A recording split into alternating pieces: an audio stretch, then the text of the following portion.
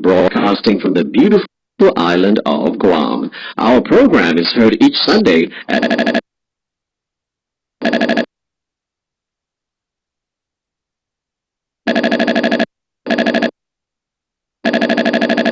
Dxers Diary. This is KTWR, Agana, Guam, where hope knows no barriers.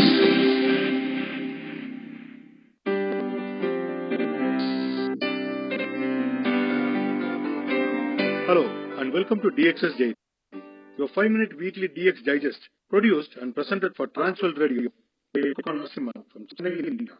KTWR has started this show in 15205 as part of its DRM block.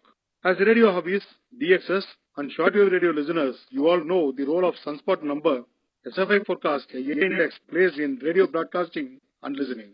Taking this into consideration, we have been providing information about these parameters every week with the hope that it would be useful for all of you.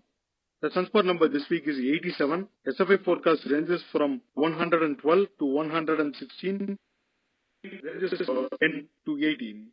Every week, information about the history of radio stations and radio broadcasting across the world. And this week, we have information about radio broadcasting in Singapore.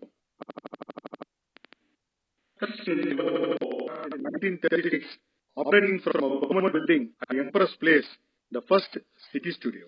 In 1942, during the Japanese occupation, the radio station was operated by Japanese as Sionan in 1946. With the end of World War II, the British once again assumed control and established Radio Malaya, Singapore, the Federation of Malaya. In 1949, the cable radio service was launched and the radio station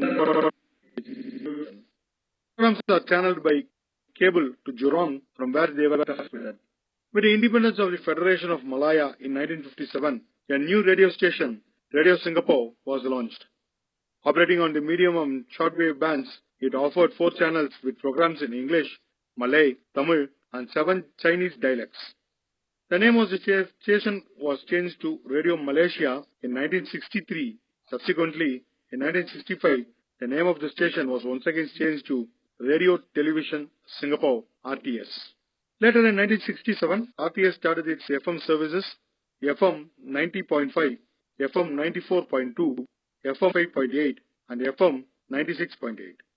When it kept changing, and in 1980, it was once again renamed Broadcasting Corporation, SBC. With the demand for programming increased among listeners, broadcasting hours increased from 8 to 18 every day. The 5 stations were renamed Radio 1 English, Radio 2 Broadcast Malay, Radio 3 had Mandarin, Radio 4 had Tamil, and Radio 5 in 1980. In 2001, Media Corp Radio, MCR, was established and Singapore Press Holdings launched WKRZ 91.3 and UFM 100.3. This is the journey of radio broadcasting in Singapore. There are a lot of happenings in radio stations across the world, and we try to bring you the latest every week. This week, we have information about the British Broadcasting Corporation, BBC. Commercial radio beats BBC in summer numbers for the first time since 1990s, reports The Guardian.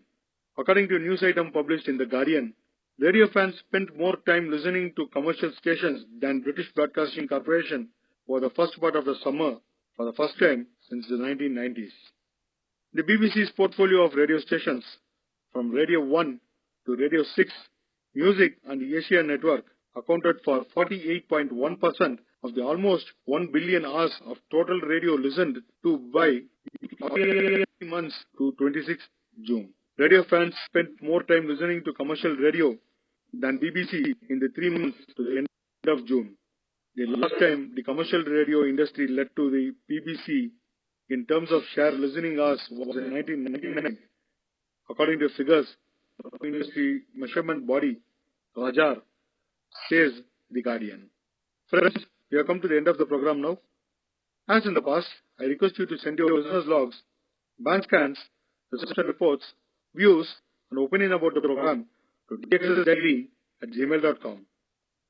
Please keep messaging us by sending your reception report regularly, and we will acknowledge your reception reports as well with the social card. This is your friend Arun Kumar Narasimhan saying bye-bye. 73. Let's meet next week. Bye-bye.